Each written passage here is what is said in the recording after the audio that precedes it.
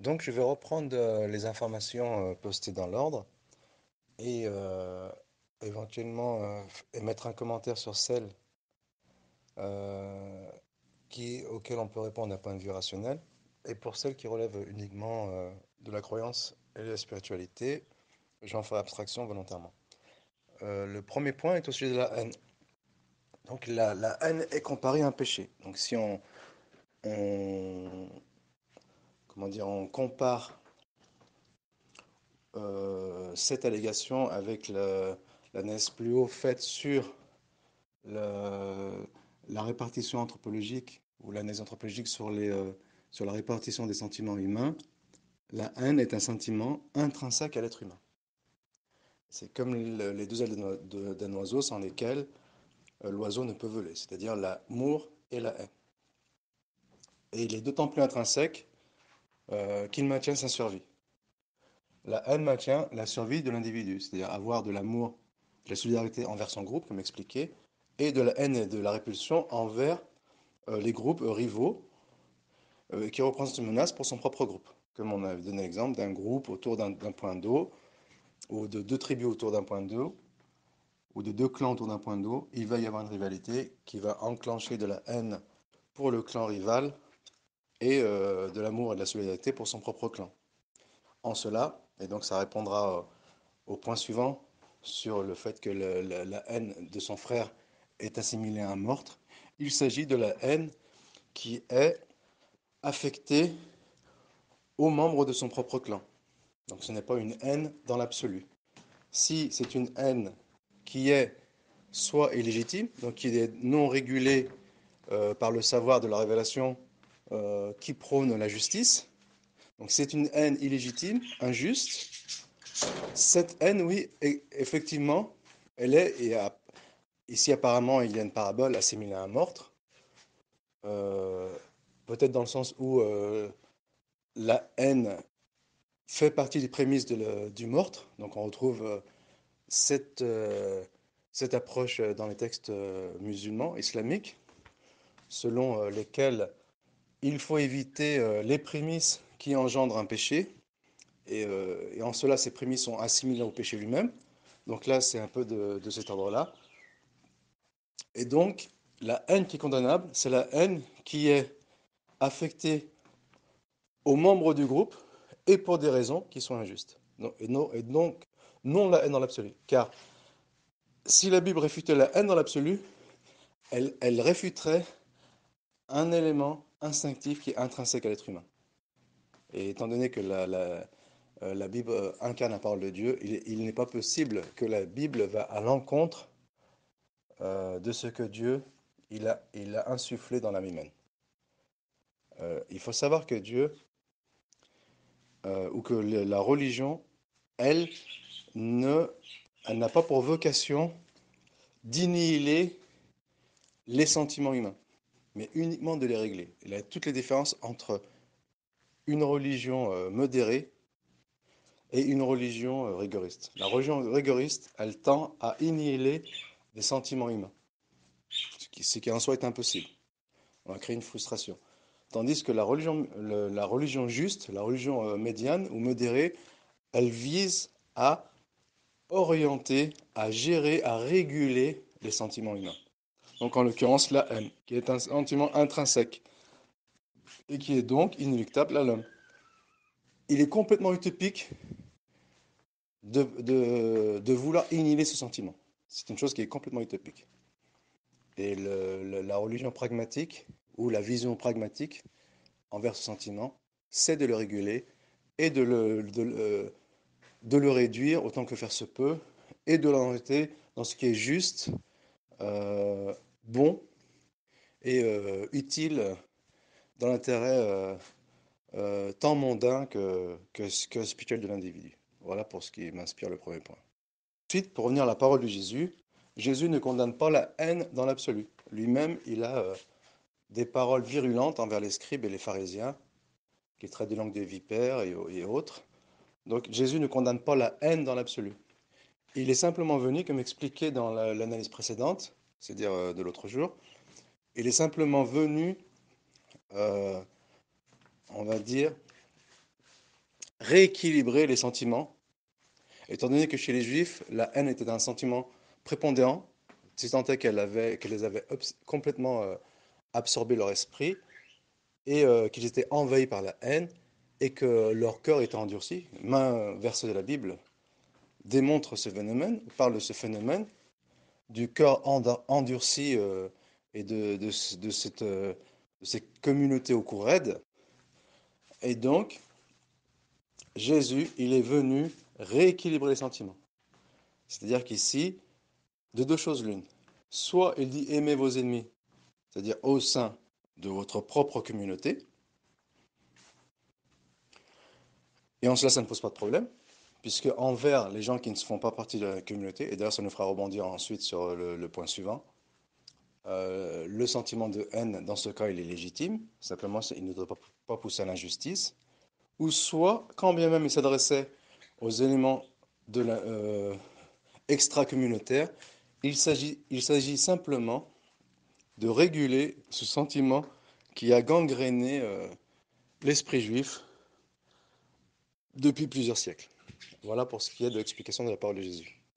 Pour rebondir sur le point suivant, il faut savoir que chaque groupe humain, il a relativement de l'amour et de la haine, donc, puisque c'est inhérent à l'être humain.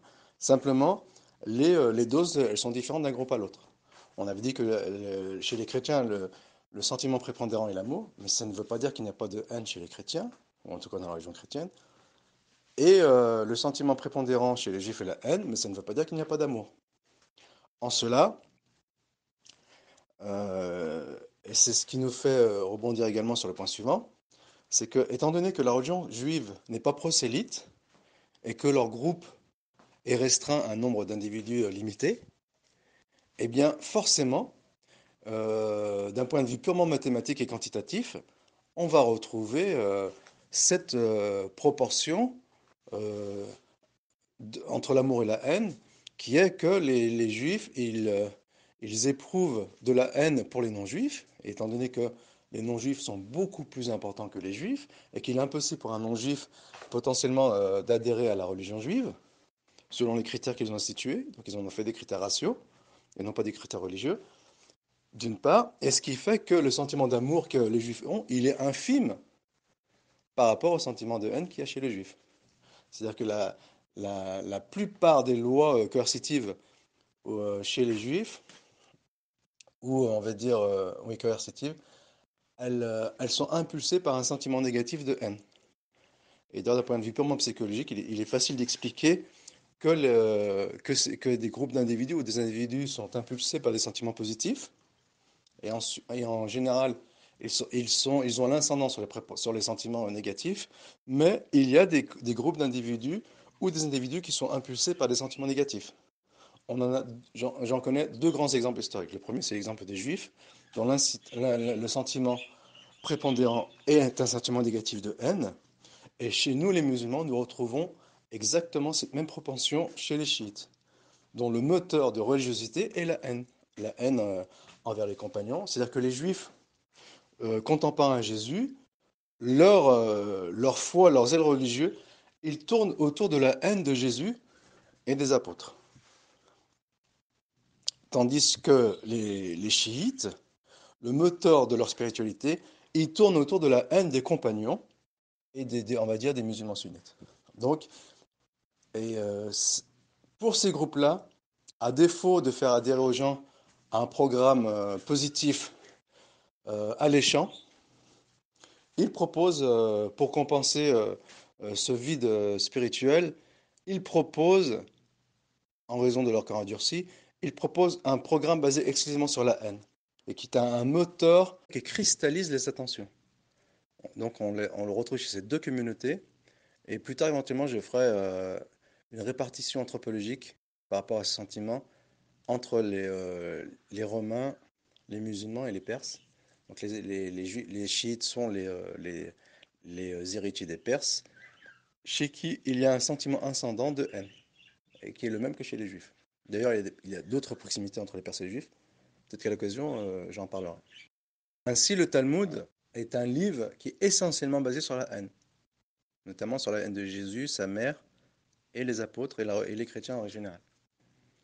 C'était bien plus que la Torah. Si la Torah, on va dire, il avait un ascendant légitime pour la haine, chez le Talmud, là nous sommes il y a un ascendant tribal et non plus, on va dire, et non plus prophétique de la haine. C'est-à-dire ce n'est plus une haine transcendante, c'est une haine terre à terre et tribale dans le Talmud. Donc le Talmud, bien sûr, se distingue de la Torah.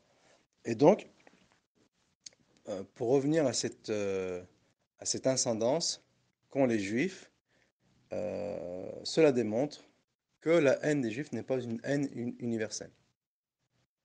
Comparativement, si on fait un parallèle comparativement sur la balance entre l'amour et la haine. De la même façon que l'amour des chrétiens n'est pas universel, puisqu'il lui manque l'autre aile de l'oiseau qui lui permettrait de s'envoler et de s'épanouir, de s'émanciper des carcans de la condition humaine et vile. Et donc, cette dernière phrase est purement rhétorique, elle n'a pas vraiment de sens. Et donc, les Juifs, ils ont un ascendant à outrance envers la haine, mais il n'empêche qu'ils gardent malgré tout des sentiments d'amour. De la même façon que les chrétiens, en théorie bien sûr, ils ont un ascendant en outrance envers l'amour, mais ça n'empêche pas qu'ils aient des sentiments de haine. Et d'ailleurs, c'est valable pour la religion chrétienne. En cela, les chrétiens sont des philanthropes et les juifs sont des misanthropes, tandis que l'islam, elle prône le juste milieu entre ces deux sentiments antagonistes. Ensuite, je suis d'accord pour dire que l'Église n'est pas Jésus. Là, vous prêchez un convaincu, un converti, ou tu prêches un converti. Après, on pourra en discuter dans quelle mesure l'Église comment dire, n'incarne pas l'esprit de Jésus, mais sans se disperser, on va rester sur le sujet qui nous concerne. Donc oui, l'Église ne représente pas ou n'incarne pas la pensée de Jésus, ou n'est pas fidèle à la pensée de Jésus. Ben, la raison, elle est toute simple, c'est que Jésus n'a pas un message universel. C'est que Jésus, il est venu aux brebis égarées d'Israël, comme expliqué. Et donc, il est venu pour réformer les Juifs, pour rééquilibrer leur ascendant haineux, ou leur ascendant de sentiments négatifs. D'ailleurs, pour la petite parenthèse, à l'époque au tennis, des grands sportifs, des grands compétiteurs comme Lendl, ils voyaient des psychologues avant de faire un match pour lui impulser des sentiments positifs, étant donné que le sentiment positif prépondérant est un label ou on va dire est un gage de réussite. Et alors que McEnroe était le seul sportif de haut niveau, à McEnroe à l'époque en tout cas, ou reconnu, qui lui, il était impulsé par les sentiments négatifs. Et apparemment, ça lui réussissait. Mais en règle générale, comme le prône l'islam, le sentiment positif l'emporte sur le sentiment négatif. Après, il y a des exceptions, et après, il y a des affinités, comme on l'a vu chez les juifs et les perses. Donc, la parenthèse fermée, Jésus il est venu redresser les brebis égarées d'Israël. Il n'a donc pas un message universel, et l'Église l'a compris, et que l'Église, elle a éprouvé le besoin de rééquilibrer cette répartition, on va dire, des sentiments anthropologiques entre l'amour, la haine et le savoir, et elle a institué, mais de façon plus formelle, elle s'est construite autour des sentiments d'amour et de haine, mais tout en prêchant l'amour. C'est-à-dire que le message, l'ambassadeur de la religion catholique, c'est un message d'amour. Mais dans les faits, la religion catholique, elle est mue par ce double sentiment qui est inhérent à l'homme et qui est l'amour et la haine. C'est-à-dire que dans les faits, l'Église, elle est fidèle à sa condition humaine, donc elle ne va pas à l'encontre de sa condition humaine. Et en théorie, l'Église, elle prône une utopie et qui est de répandre l'amour. Et d'ailleurs, je pense que les chrétiens eux-mêmes se rendent compte de cette incohérence, jusqu'à voir chez certains, les plus scrupuleux d'entre eux, se torturer l'esprit. Tandis qu'il n'est pas possible d'être mu uniquement par l'amour. Donc, soit on se le dit par hypocrisie, soit on se ment à soi-même, ou soit on se torture inlassablement puisqu'on tend vers une chose qui est impossible. Je suis d'accord pour dire que Jésus est venu accomplir la loi. Donc comment accomplir la loi? C'est-à-dire il est venu redresser l'incendant haineux qui gangrénait la religion juive en lui insufflant de l'amour, ce qui a été interprété par des chrétiens comme une utopie, qui est qu'il prenait essentiellement l'amour pour arriver au salut, tant de l'âme que le salut éternel. Ensuite, je suis d'accord pour dire que naturellement, l'Église, elle a ressenti le besoin d'instituer une loi, puisque la loi est propre à toute communauté, sinon c'est le désordre, le monothéisme est basé sur l'ordre, on va dire le polythéisme et l'anarchisme, et on va dire les voies de Satan sont basées sur le désordre. Donc une loi, elle, euh, elle propose ou elle ordonne l'ordre, elle enjoint à l'ordre. Et donc, les catholiques ont ressenti ce besoin d'instaurer l'ordre et de faire régner l'ordre. Et pour cela, il fallait qu'ils impulsent le sentiment de haine, même si officiellement, ils prônaient cette utopie par messianisme, par évangélisme, que la religion chrétienne était basée sur l'amour. Voilà, donc c'est le paradoxe de la religion catholique. Mais il faut bien comprendre les mécanismes anthropologiques pour les déceler avec justice et justesse, au lieu de se perdre dans la méandre de philosophie ici et là qui disent que la religion catholique, comment dire, elle se contredit, donc elle émet des positions contradictoires, ce qui fait d'elle une religion fausse, mais en réalité, dans les faits, les choses, elles sont plus complexes. C'est que, indépendamment de savoir quelle orientation théologique la religion catholique elle a prise, mais pour ce qui est de la répartition entre le sentiment d'amour et de haine, c'est en fait, c'est dans l'ordre des choses. C'est-à-dire qu'en fait, elle a rééquilibré ce déséquilibre pour revenir vers l'ordre naturel des choses. Ensuite, pour ce qui est de dire que la croix est la seule solution donnée par Dieu pour répondre aux besoins des hommes, cela relève de la croyance. Donc ici, on peut répondre, quoique on peut réfléchir rationnellement, mais pour ne pas me disperser, je vais rester dans l'analyse anthropologique. Je ne vais pas rentrer dans d'autres considérations. Donc, d'un point de vue purement anthropologique, Dieu, comment dire, il a insufflé un code génétique à l'homme qui repose sur trois grandes forces que sont comment expliquer, l'amour, la haine et le savoir, ou l'intelligence et le savoir. Et donc, euh, le salut, il vient de, du réglage parfait entre ces trois sentiments, donc qui sont dictés ou régentés par la justice et la loi. En cela, le message universel de l'islam, ou le message universel d'une religion quelconque, ou voir le message universel, on va dire anthropologique de n'importe quelle société, même des sociétés avouées qu'elles sont purement profanes, c'est de tendre vers cet équilibre entre ces trois sentiments, chacun à sa façon. En cela, dans cette équation, la croix n'a pas lieu. Donc la croix relève uniquement de la croyance.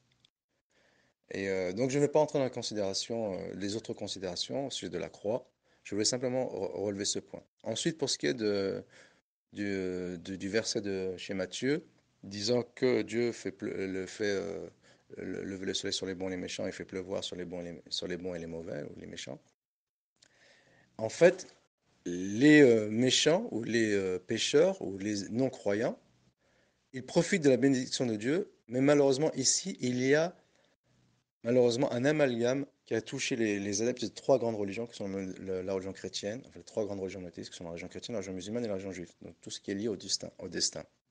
Donc il y a des débats entre le déterminisme et le libre arbitre, et souvent les gens fondent dans un extrême ou l'autre, et la vision du milieu, c'est de reconnaître un déterminisme avec l'insufflation du libre arbitre dans l'âme humaine. Donc ça c'est la parole du milieu. Donc, mais ce n'est pas le sujet. Là, je veux en venir, c'est qu'il existe, pour comprendre ce phénomène justement du libre arbitre, c'est qu'il existe deux lois ou deux formes de lois célestes. Il y a ce qu'on appelle les lois décrétives et les lois perceptives. Les lois perceptives, ce sont les lois qui sont prônées par la révélation et la prophétie, donc à travers la Bible et le Coran. C'est et notamment la Torah et le Coran, puisque l'Évangile est venu confirmer la Torah. Là, ça aussi, on peut en discuter, mais enfin, on peut en discuter. Je sais qu'il y a débat sur cette chose-là, mais on ne va pas se disperser. Et les lois décrétives, qui sont en fait les lois universelles, qui régissent le monde, l'univers. C'est-à-dire que Dieu, en fait, Dieu, il aime les lois décrétives, c'est-à-dire tout l'amalgame que crée la chose. C'est-à-dire qu'il veut des hommes qu'ils se soumettent à ces lois perceptives, pardon. Tandis que les lois décrétives, il y a ce qu'il aime et ce qu'il n'aime pas. Il y a le bien et le mal dans les lois perceptives, dans les lois décrétives de Dieu. Donc qui relèvent du décret, qui relèvent du destin. Et pour ce qui touche au destin, eh bien, il y a dans la création de Dieu des choses qu'il aime et des choses qu'il n'aime pas. Et ses bienfaits, dans son miséricorde infinie, elles englobent, elles touchent aussi bien ceux qu'il aime que ceux qu'il n'aime pas. Voilà, elle est là l'explication. Donc ici, quand la parole de Jésus parle pour les lois décrétives de Dieu et non pas pour les lois perceptives. Par rapport aux lois perceptives ou les lois textuelles, Dieu n'aime pas les mauvais et Dieu il aime les bons. Et parmi les lois décrétives, eh bien Dieu il pourvoit aux besoins des bons et des mauvais. Je sais que c'est un point qui est extrêmement complexe à comprendre, mais malheureusement ça résout énormément d'amalgames qui ont entaché ou gangréné les adeptes des trois grandes religions.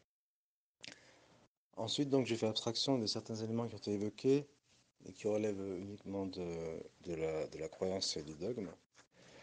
Et je passe à une chose dont on a déjà parlé, qui est d'imputer à la croix d'avoir une vocation universelle, notamment en ce qui concerne la croyance en Jésus, qui serait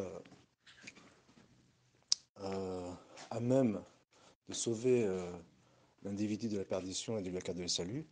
Il faut savoir comme les apôtres l'ont mis en avant eux-mêmes dans leur réfutation à Paul.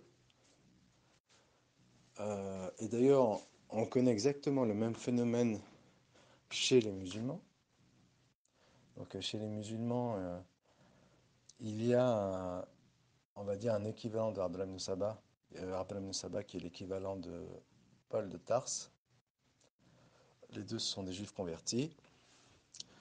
Mais plus tard, cela va déboucher sur une croyance qu'on appelle le mourgisme et l'irja. C'est une forme de laxisme qui accorde le salut non pas par les actes, c'est exactement ce que condamne la Bible, hein, mais par la simple adhésion du cœur à une chose en particulier. En l'occurrence, pour les chrétiens, c'est Jésus. Pour les chiites, c'est leur 12 imams.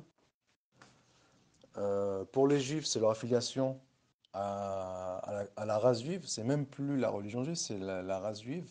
Mais on va dire, par condescendance, la religion et la race juive. Et pour les musulmans, c'est leur adhésion aux deux témoignages. Alors que, comme le dit la Bible, c'est à leurs fruits qu'on les reconnaît.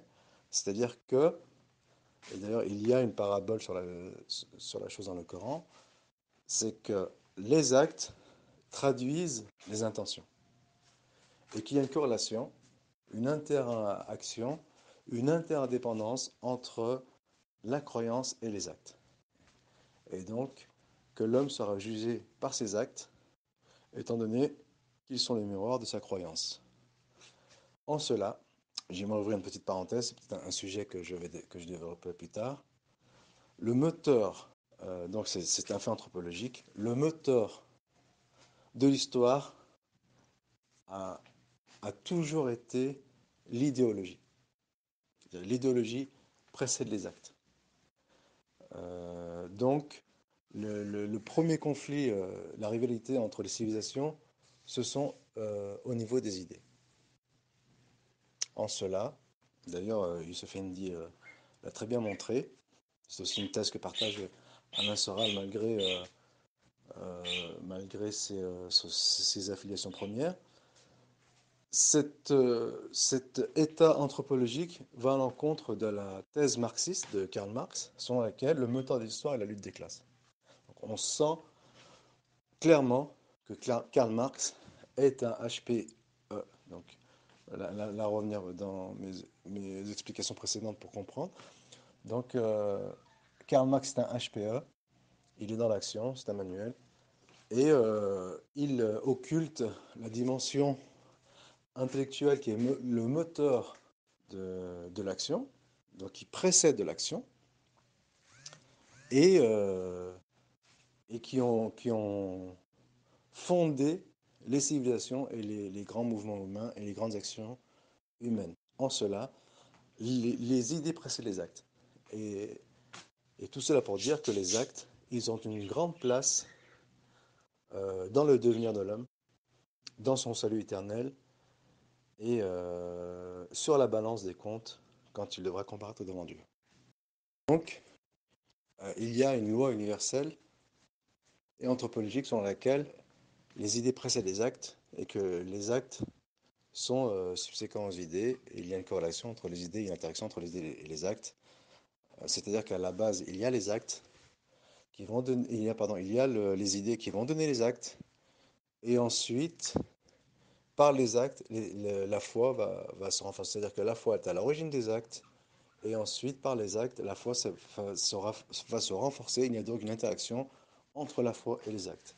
Et la croyance en la croix n'est pas une garantie en elle-même du salut et de la rédemption. Ce n'est pas une loi universelle.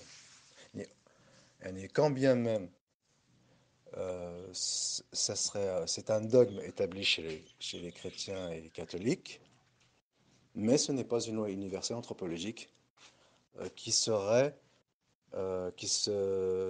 transmettrait d'une religion à une autre, d'une civilisation à une autre, d'un peuple à un autre. Il n'y a pas de constance anthropologique dans la croyance en la croix, étant donné que les Juifs eux-mêmes ne croyaient pas en la croix, alors qu'ils sont on va dire, les pères du monothéisme, qui sont vulgairement les pères du monothéisme, en tout cas ce qui concerne les trois grandes religions monothéistes, et leurs héritiers que sont les musulmans, ils ne fondent pas leur croyance sur la croix. Donc en cela, si deux des trois grandes religions universelles ou monothéistes n'adhèrent pas à la rédemption par la croix en tant que facteur universel de rédemption, c'est que, en définitive, la croyance en la croix n'est pas une loi universelle. Voilà pour ce qui est de la croix. Ensuite, dire que Dieu est amour, c'est paradoxal lorsqu'on parle de Satan et de la malédiction. Dieu est amour, mais il n'est pas que amour. En fait, l'homme est à l'image de Dieu. C'est-à-dire que il y a des lois dans le monde matériel qui sont, on va dire, à l'image de Dieu. Notamment, Dieu, il est en grande partie amour. C'est-à-dire que sur la balance entre son amour et sa haine, puisque Dieu déteste et se met en colère, l'amour l'emporte sur la haine. L'amour est plus fort que la haine. L'amour, en définitive, il va gagner sur la haine lorsqu'il y aura, à la fin des temps, l'apothéose dans la lutte finale entre le bien et le mal. L'amour va l'emporter sur la haine. Bien sûr, il va l'emporter à travers une lutte. Donc, il y a une lutte où il y a une violence et qui réclame de la haine. Donc, donc ce n'est pas manichéen et binaire non plus. Donc, pour revenir à Dieu est amour, mais il n'est pas que amour. Et l'amour de Dieu se manifeste dans énormément de choses, mais sa colère aussi, elle se manifeste dans certaines choses. Et lorsqu'on dit que Dieu est à l'image de l'homme, que l'homme est à l'image de Dieu, c'est qu'on va retrouver chez l'homme ces deux intendants, c'est-à-dire l'amour et la haine et la colère, et il est demandé à l'homme, pour ressembler à Dieu, de mettre la prépondérance à l'amour pour vaincre la haine et pour établir la justice. Voilà. Donc Dieu, il se particularise par la justice, en sachant que la justice est le plus haut degré qui maintient l'équilibre dans les cieux et la terre, et l'élément le plus probant qui maintient l'équilibre entre les cieux et la terre, et son plus haut degré, pardon, étant le monothéisme. Donc la plus grande forme de justice est le monothéisme, et la plus grande forme d'injustice est le polythéisme.